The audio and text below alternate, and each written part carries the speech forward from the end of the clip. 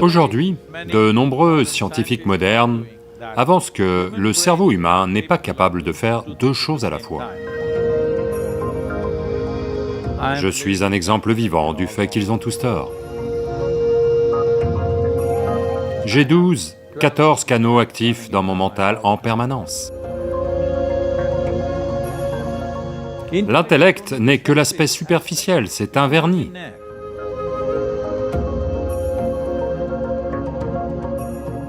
Dans l'énorme volume d'intelligence qui fait de nous qui nous sommes.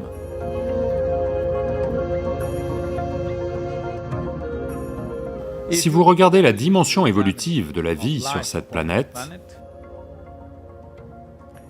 la raison pour laquelle l'être humain domine ce monde, bien que physiquement nous soyons plus faibles que bien d'autres créatures sur la planète, c'est simplement parce que, quelque part, nous sommes devenus plus compétents que les autres.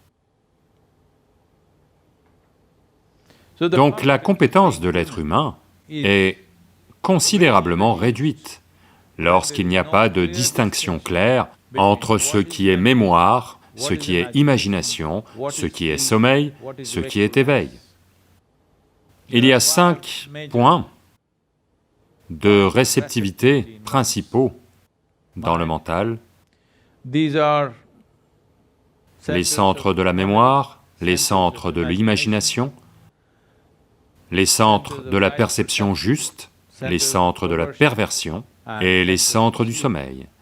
Si vous pratiquez le yoga classique, ces 5 dimensions seront nettement séparées dans votre expérience. Si elles ne sont pas séparées, ce qui vous arrive, c'est que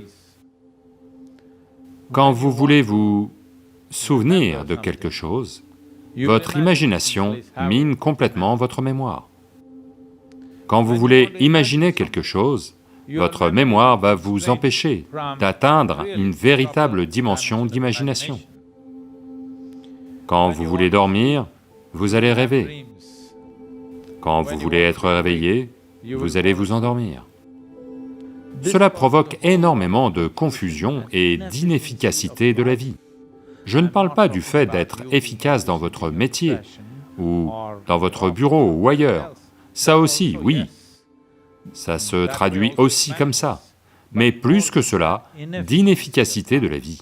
Quand je dis inefficacité de la vie, cette vie ne va pas fonctionner avec le degré d'effervescence et d'exubérance et d'exploration qu'est la vie, qui lui permet d'explorer de nombreuses dimensions en elle-même. Cette possibilité est considérablement réduite, simplement parce que cette confusion est apparue dans l'expérience de vie des gens. Le yoga classique est très axé sur la séparation de ces choses. Si vous séparez ces choses, vous pouvez devenir ce qu'on appelle un avadani.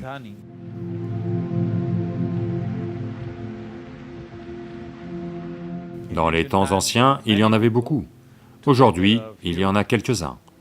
Certains d'entre eux s'appellent Ashta-avadani, ce qui veut dire qu'ils ont 8 types, 8 capacités, c'est-à-dire qu'au même instant, à un instant donné, ils peuvent faire 8 choses différentes. Comme ils peuvent composer de la poésie, en même temps, ils peuvent résoudre un problème mathématique très complexe, en même temps, ils peuvent sentir des parfums et les distinguer, en même temps, ils peuvent goûter beaucoup de choses et dire tout ce qu'ils ont à dire sur elles, en même temps, ils peuvent faire beaucoup de choses, toutes en lien avec les 5 sens: la vue, l'ouïe, l'odorat, le goût et le toucher. Ils peuvent effectuer beaucoup d'actions en même temps, 8 types d'actions.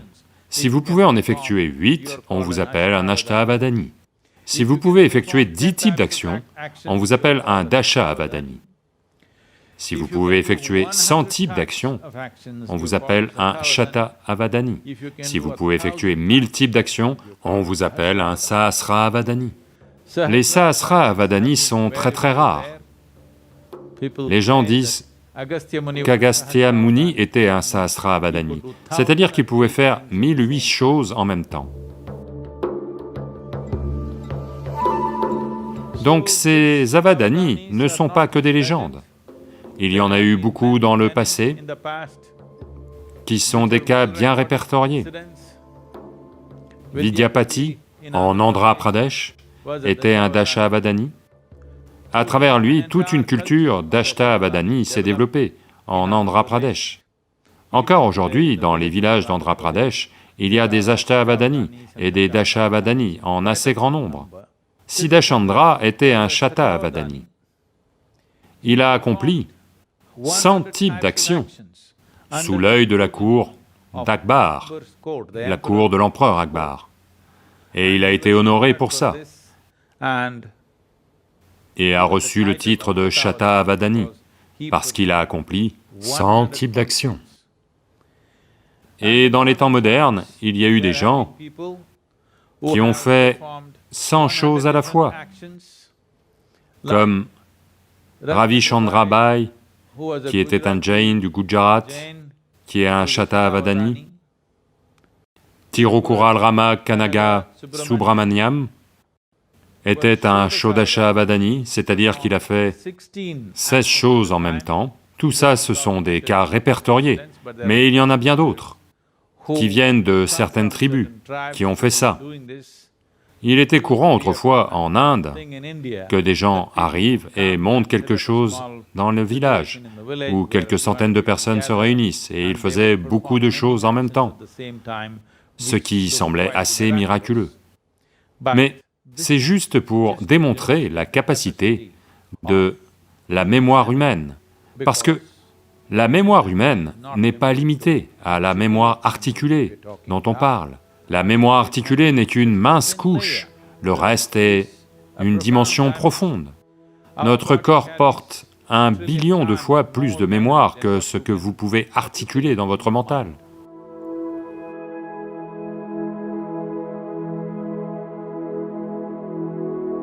Aujourd'hui, il y a beaucoup de scientifiques modernes, malheureusement, qui soutiennent que le cerveau humain n'est pas capable de faire 2 choses à la fois. Vous ne pouvez faire au mieux que si vous ne faites qu'une chose à la fois. Je suis un exemple vivant du fait qu'ils ont tous tort. J'ai 12, 14 canaux actifs dans mon mental en permanence. Ai-je l'air distrait, perturbé ou stressé à cause de ça? Non. Vous pouvez faire tout un tas de choses avec ça. Ce n'est même pas que vous devez consciemment y prêter attention. Si vous ouvrez un certain canal et laissez faire, ça continue tout seul. Ceci est la nature de l'intelligence humaine. Vous n'êtes pas assis ici à diriger vos fonctions rénales, vos fonctions hépatiques ou le fonctionnement ou non de votre rate. Vous ne le faites pas. Toutes ces choses n'ont-elles pas lieu en même temps? N'y a-t-il pas une intelligence en nous qui est capable de faire toutes ces choses?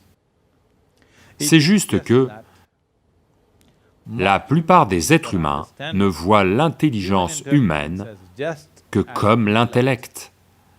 L'intellect n'est que l'aspect superficiel, c'est un vernis dans l'immense volume d'intelligence qui fait de nous qui nous sommes, car nous sommes faits de l'intérieur. Toute l'intelligence qui est nécessaire pour créer ce corps, pour créer cette vie, nous est intrinsèque. Ce n'est pas quelque chose qui a lieu de l'extérieur, elle est intrinsèque. Ce n'est qu'une question d'accès. Si vous voulez une intelligence vivante, si vous voulez exister en tant qu'intelligence vivante, une chose que vous ne devez pas faire, c'est ne jamais vous forger d'opinion sur quoi que ce soit.